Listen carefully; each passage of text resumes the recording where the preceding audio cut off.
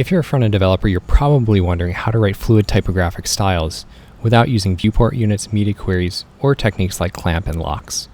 So what I have on the screen here is a stripped-down version of Typetura. So here are all of these headlines, and as I scale the page up and down, I can see that they get bigger and smaller.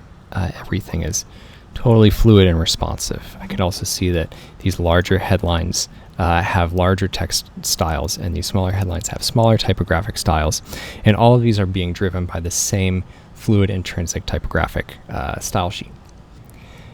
Now here's what the CSS looks like for this. I have fallback styles to use the best practices of progressive enhancement in my CSS.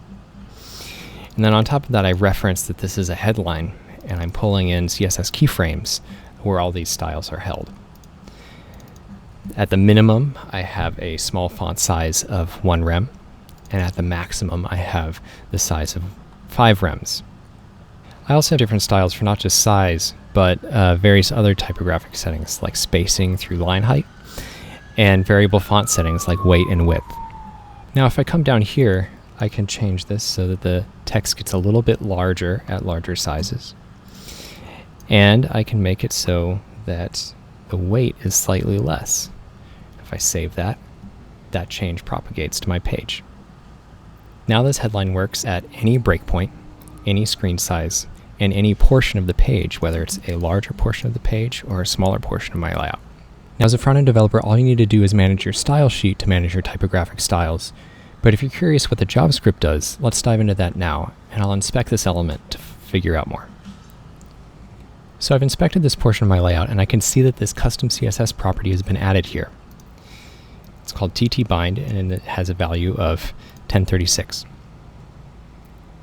The only thing that Typetura's JavaScript does is identify elements and applies the width as a custom property using resize observer. This value plus the CSS that you have written gets fed into this animation function that then renders the appropriate output. But let's take a step back again to refocus on what you will be writing when you're typesetting with Typetura. Without needing to calculate what viewport units you need to use or calc function that needs to be fed into, you can write the properties and values that you're used to using when you're writing CSS. Additionally, you can change things like unitless line height and font variation settings, things that just are not possible with current approaches. Now with that, I'd love to hear about how you're going to use Typetura in your next project. Happy typesetting.